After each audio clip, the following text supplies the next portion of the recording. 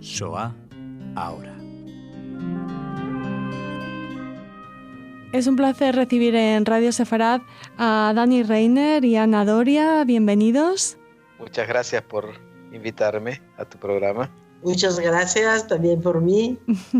Dani Reiner es vicepresidente de la Fundación Raoul Wallenberg. También se ocupa de la filial de esta fundación tan importante en Israel. Y Ana Doria ha sido profesora y autora de un libro del que hablaremos más tarde aquí en este encuentro, entrevista a tres bandas. Hoy han llegado a casa los alemanes, que nos habla de eso, de la presencia alemana en Italia, en concreto en Roma.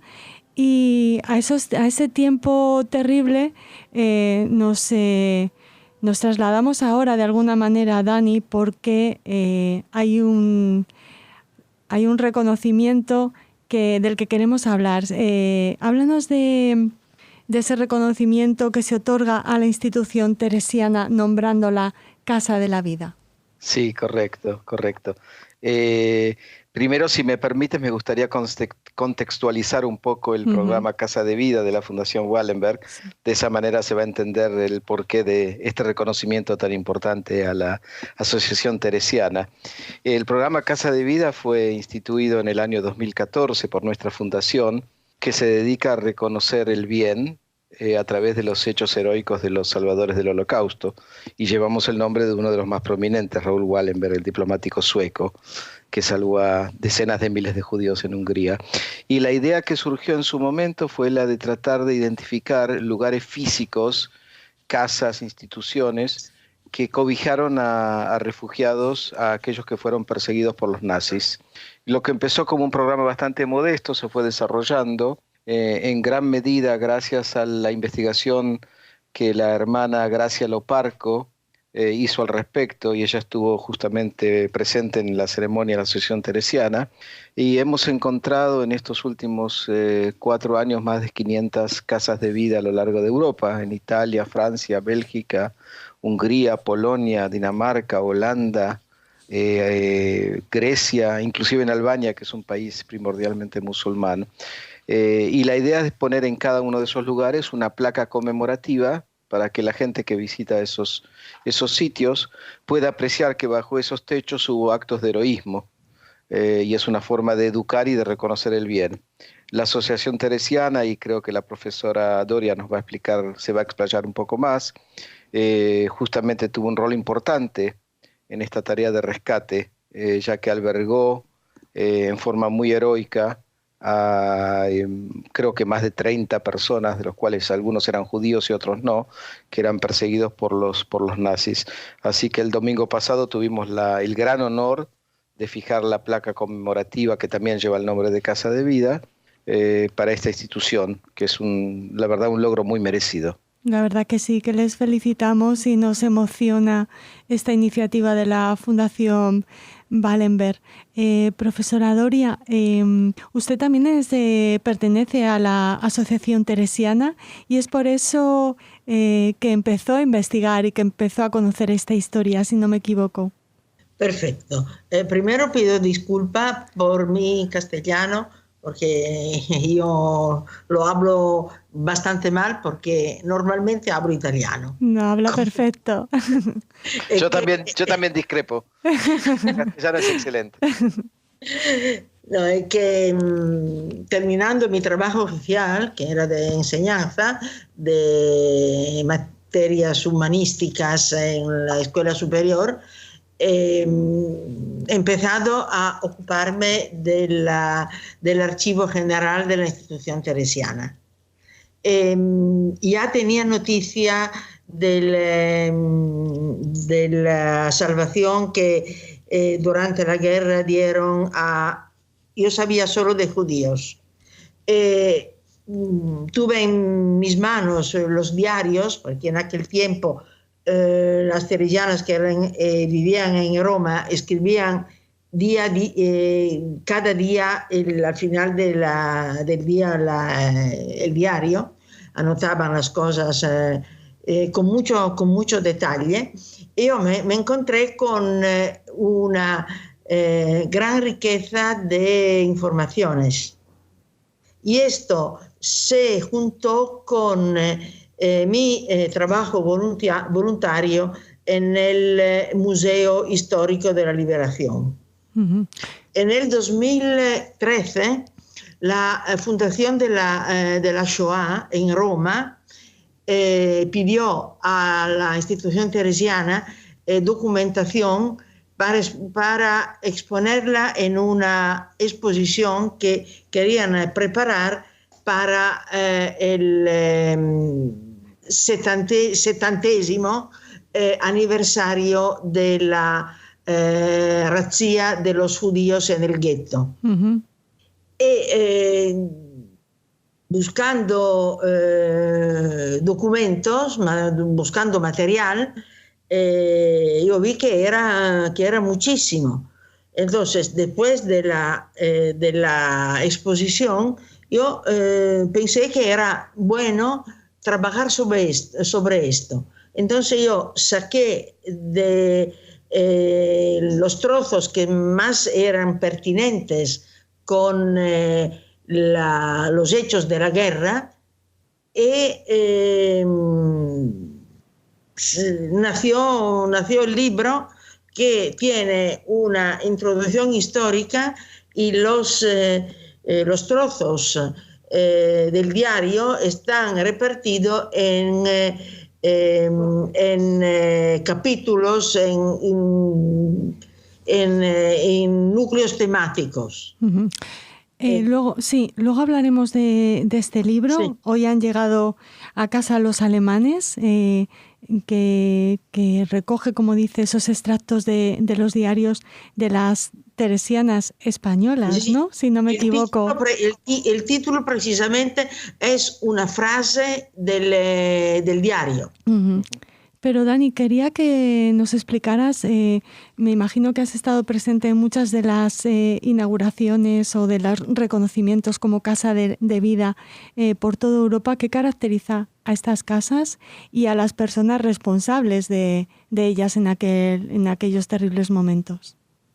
Sí, es verdad, he tenido el privilegio, el honor de participar en varias ceremonias. En esta última, lamentablemente, no pude asistir, pero estuvieron la doctora Elena Colito Castelli, nuestra coordinadora de Casas de Vida en Italia, y Silvia Constantini, nuestra vicepresidenta. Y siempre son actos muy, muy emotivos, especialmente cuando cuentan con la presencia de gente que fue salvada, como fue en el caso de este último evento, que dos salvados presenciaron la ceremonia, Paola Macia y el señor Paolo de Carolis. Y claro, siempre es muy, muy emotivo estar ahí en esos lugares, en un lugar que prácticamente es un lugar santo por el tipo de obra que se llevó a cabo.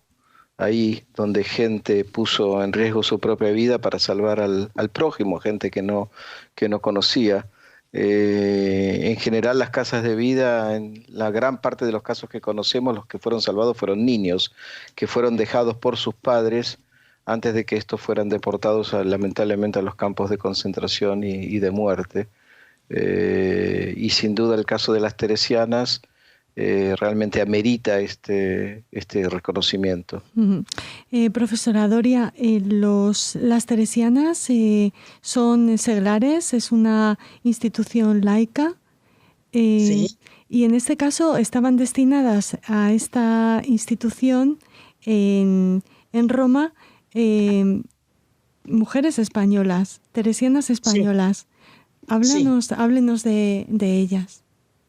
Es que la institución teresiana fue a Roma a final del 34.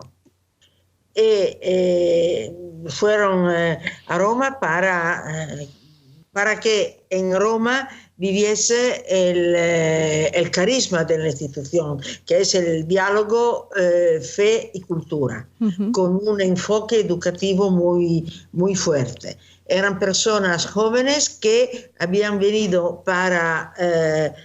también para estudiar, porque no había convenio entre países distintos. Entonces el título que ya tenían en España no estaba reconocido en Italia. Tuvieron que empezar otra vez los estudios y dentro de unos años abrieron una residencia universitaria. En esta residencia universitaria, durante los meses de la ocupación, iba gente judía, judíos y no judíos, antifascistas perseguidos, porque era un momento político muy sí, no solo feos, pero muy confuso, ¿no? Muy confuso, muy complicado. Ya no se sabía en Roma quién mandaba, porque mandaban los nazis, habían los fascistas que colaboraban con los nazis, había el pueblo, la gente que sufría, personas que habían cogido las armas para luchar contra los alemanes. En el norte había la República Sociale, donde Mussolini había empezado, había creado bajo la protección de los alemanes otro Estado republicano y que emitía leyes y mandaba. Por ejemplo, había el orden a los jóvenes de presentarse para combatir obviamente al lado de los alemanes. Los hombres por eso se escondían. Entonces, unos cuantos habían ido a la casa de las teresianas para refugiarse. Iba gente que ya no tenía casa porque los bombardeos habían destruido su casa, o gente que del sur huía porque en el sur había batalla y era muy peligroso quedarse. Entonces venían a Roma porque pensaban que a Roma se podía vivir bastante tranquilos porque la presencia del Papa podía dar seguridad. En todo decimos, barullo general, ¿no? Las teresianas han hecho lo que la conciencia, diría el instinto solidario le sugería, le decía. Dani, no sé si conoces en profundidad, no, bueno, ninguno, supongo nadie, más que la profesora Doria, ¿no? Pero ¿cómo empiezan cómo se entera la gente, los perseguidos por el nazismo en Roma, de que la institución teresiana es un lugar seguro, es un hogar en el que pueden esconderse y pensar en escapar de la muerte? Bueno, sí, bueno, yo no conozco exactamente cuáles fueron las circunstancias, pero en general, especialmente los padres que estaban desesperados buscaban seguramente a través de rumores cuáles eran los lugares que cobijaban a judíos. Me imagino que eso pasaba de boca en boca, pero estimo que en el caso específico de las teresianas, quizá la profesora Doria puede dar una respuesta un poco más con más autoridad que yo, pero me imagino que fue de boca en boca eso. Claro, y también, profesora, me imagino que los nazis, igual que los perseguidos lo sabían, los nazis también, ¿no? ¿Fueron molestadas las teresianas por los nazis? Bueno, a final de septiembre, al principio, un día fueron a casa, pero no molestaron porque las teresianas españolas le decían, mintiendo, que la casa estaba bajo la protección de la embajada. Que era una mentira total, pero era una manera para defenderse. Para evitar. Y la gente iba a las casas de las teresianas o de boca en boca, como ha dicho Dani, o mejor bajo la sugerencia de monseñores, de curas, porque tenían bastante conexión con el Colegio Español y con el Vaticano, específicamente con Monseñor Giovan Battista Montini y con el Monseñor, después cardenal, Giuseppe Riberi, que era incluso tío de una teresiana que pero no vivía en Roma en aquel tiempo. Dani, es siempre emocionante reconocer la labor de estos justos, ¿no? Pero más si cabe cuando supongo que no han alardeado, ni han presumido, ni han en muchas ocasiones contado su labor humanitaria en aquel tiempo.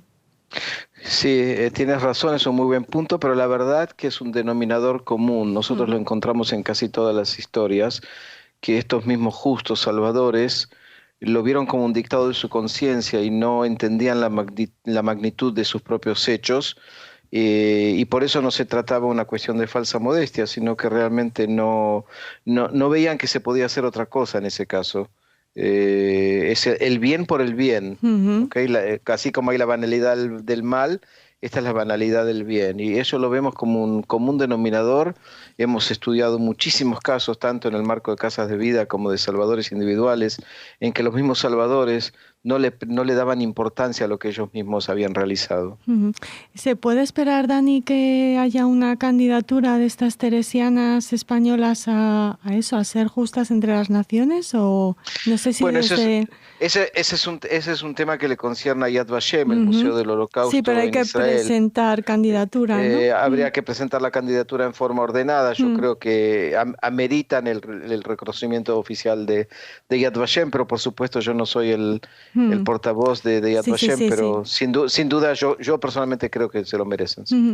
No, te preguntaba como vicepresidente de la Fundación si en algún momento la Fundación Wallenberg propicia estas candidaturas o sí. Bueno, a veces sí, porque esto supone un esfuerzo de investigación muy grande. Somos una ONG privada, no tenemos tantos recursos. Hoy en día estamos más concentrados en el tema de Casa de Vida, que ya de por sí es un reconocimiento, pero lo hemos hecho en muchos casos, inclusive el de diplomáticos españoles, y uno de los cuales tuvimos éxito, porque Yad Vashem lo ha reconocido, Sebastián de Romero Radigales, que estaba en Grecia, fue reconocido como el abuelo de nuestra querida Elena. Gracias. Exacto, el abuelo de Elena.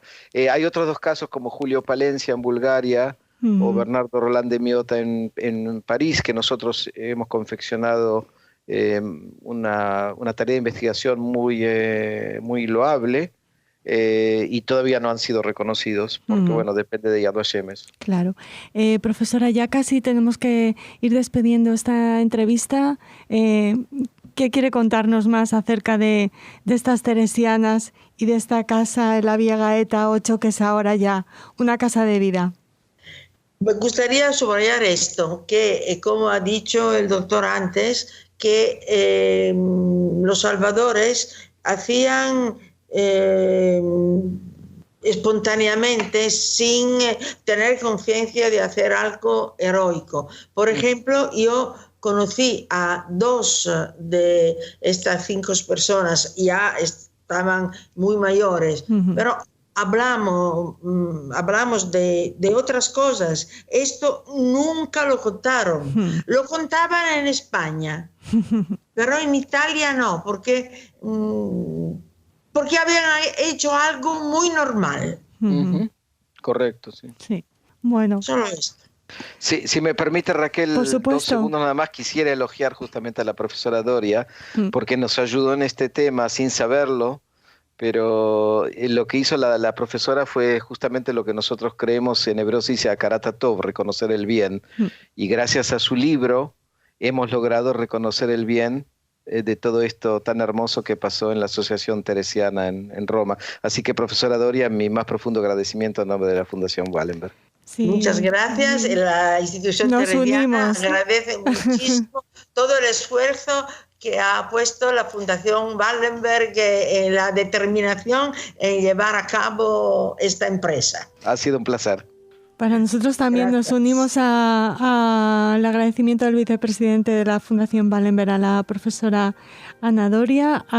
Lo extendemos a todos los que trabajan en Italia en esta actividad, en esta iniciativa de las Casas de la Vida, y por supuesto les agradecemos a los dos esta conversación a tres bandas, que esperamos que muy pronto pueda ser en persona aquí en Radio Sefará, donde están invitados. Enhorabuena. Con muchísimo gusto. Ha sido un placer charlar con ustedes dos. Gracias. Chao, buenas tardes. Gracias.